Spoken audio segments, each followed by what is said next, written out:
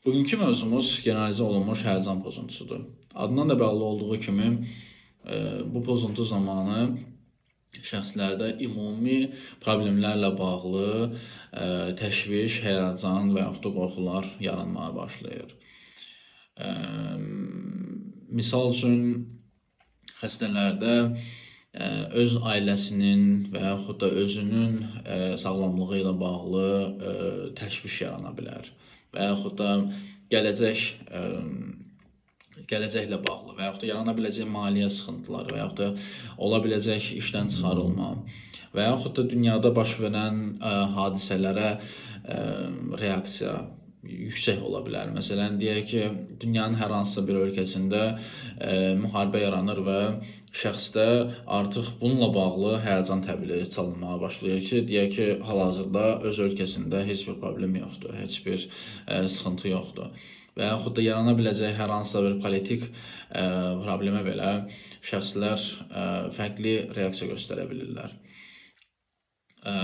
Deyək ki, şəxslərdə həyat dəyişiklikləri, həyatla bağlı sosial dəyişikliklər belə özünü böyük şəkildə həyəcanla göstərə bilər. Məsələn, övladı məktəbə gedir və bu böyük bir problemə çevrilə bilər bu şəxslər üçün.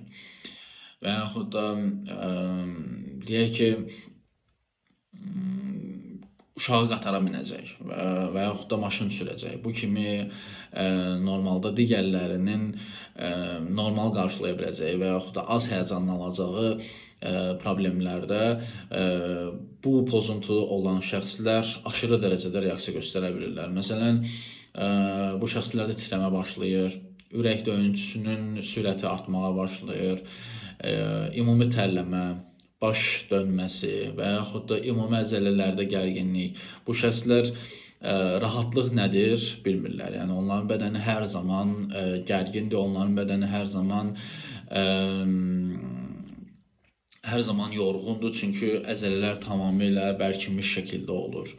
Və bu tip şəxslərdə hətta diş sıxma, çənə problemləri də görülməyə başlayır. Çünki onlar gecələri belə rahat yata bilmirlər və bu şəxslərdə yuxu problemləri də olmağa başlayır. Amma müalicəsi varmı? Bəli, müalicəsi var. Psixoterapiya bu şəxslərə çox kömək eləyir. Əsasən də davranış terapiyası, kognitiv davranış terapiyası bu şəxslərdə yeni davranışların, yeni düşüncələrin və yeni rahatlama metodlarının öyrənməsində əvəz edilməzdir.